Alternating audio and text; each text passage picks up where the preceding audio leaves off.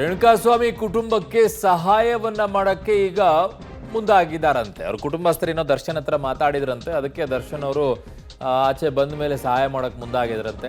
ಆ ಕುಟುಂಬ ಈ ಸಹಾಯವನ್ನ ಪಡ್ಕೊಳ್ಳೋದಿಲ್ಲ ಅಂತ ಕಾಣಿಸುತ್ತೆ, ಅಥವಾ ಪಡ್ಕೊಳ್ತಾರೋ ಗೊತ್ತಿಲ್ಲ ನನಗೆ.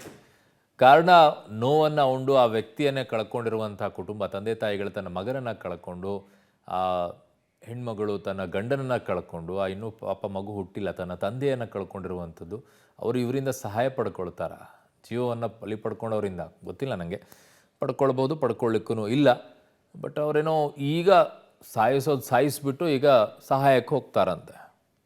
ನನ್ನ ಸಹೋದ್ಯೋಗಿ ಈಗ ಕ್ರೈಮ್ ಬ್ಯೂರೋಯಿಂದ ನರಸಿಂಹಮೂರ್ತಿ ನನ್ನ ಸಂಪರ್ಕದಿದ್ದಾರೆ. ನರಸಿಂಹಮೂರ್ತಿ, ಏನು ಅಪ್ಡೇಟ್ಸ್ ಬರ್ತಾ ಇದೆ? ಸಹಾಯದ ಮಾತುಗಳನ್ನು ಆಡುವಂಥ ಪರಿಸ್ಥಿತಿಗೆ ಯಾಕೆ ಬಂದ್ರಿ ಇವರೀಗ? ಅರುಣ್, ಜೈಲಿನಲ್ಲಿ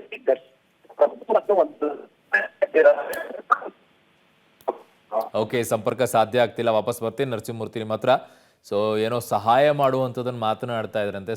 ಸಾಯಿಸ್ಬಿಟ್ಟು ಆಮೇಲೆ ಸಹಾಯ ಮಾಡುವಂಥ ಮನಸ್ಥಿತಿಗಳು, ಅಂಥ ಯೋಚನೆಗಳು ಮಾಡುವಂಥದ್ದು ಏನಪ್ಪ ಒಂಥರ ಅನಿಸ್ಬಿಡುತ್ತೆ ನಮಗೆ.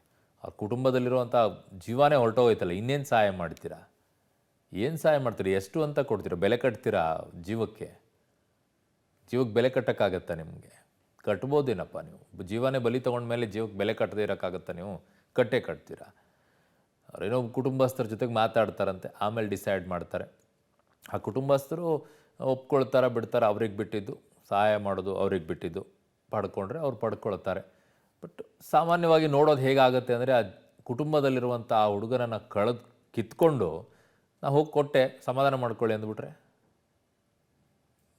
ಒಂಥರ ಅನ್ನಿಸ್ಬಿಡುತ್ತೆ. ಅದು ಆ ಸಂಕಟ ತಂದೆ ತಾಯಿಗಳಿಗೆ ಗೊತ್ತು, ಮಕ್ಕಳನ್ನು ಕಳ್ಕೊಂಡಿರೋರಿಗೆ. ಆ ಹೆಣ್ಣಿಗೆ ಗೊತ್ತು, ತನ್ನ ಗಂಡನನ್ನು ಕಳ್ಕೊಂಡಿರೋರಿಗೆ. ಆ ಮಗುಗೆ ಗೊತ್ತು, ತನ್ನ ತಂದೆಯನ್ನು ಕಳ್ಕೊಂಡಿರೋದಕ್ಕೆ.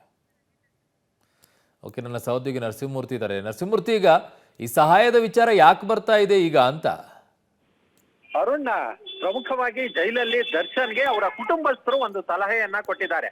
ರೇಣುಕಾಸ್ವಾಮಿ ಕೊಲೆ ಮಾಡಿದಂತ ನಂತರ ಸಾಕಷ್ಟು ಸಾರ್ವಜನಿಕರಿಂದ ಟೀಕೆಗಳು ವ್ಯಕ್ತವಾಗಿದ್ವು, ಆಕ್ಷೇಪಗಳು ವ್ಯಕ್ತವಾಗಿದ್ವು. ದರ್ಶನ್ ಒಬ್ಬ ಸ್ಟಾರ್ ನಟ, ಈ ರೀತಿ ನಡ್ಕೊಳ್ಬಾರ್ದಾಗಿತ್ತು ಅನ್ನೋ ನಿಟ್ಟಲ್ಲಿ ಜನರು ಖಂಡಿಸೋ ಕೆಲಸವನ್ನ ಮಾಡಿದ್ರು. ಹೀಗಾಗಿ ಈಗ ಕುಟುಂಬಸ್ಥರು ರೇಣುಕಾಸ್ವಾಮಿ ಈಗ ಇಲ್ಲ, ಅವರು ಸತ್ತೋಗಿದ್ದಾರೆ. ಹೀಗಾಗಿ ಅವರ ತುಂಬು ಗರ್ಭಿಣಿ ಪತ್ನಿ ಏನಿದ್ದಾರೆ, ಅವರ ಪತ್ನಿ ಮತ್ತೆ ಅವರಿಗೆ ಹುಟ್ಟುವ ಮಗು, ಈ ಇಬ್ಬರಿಗೂ ಕೂಡ ಸಹಾಯವನ್ನ ಮಾಡಬೇಕು.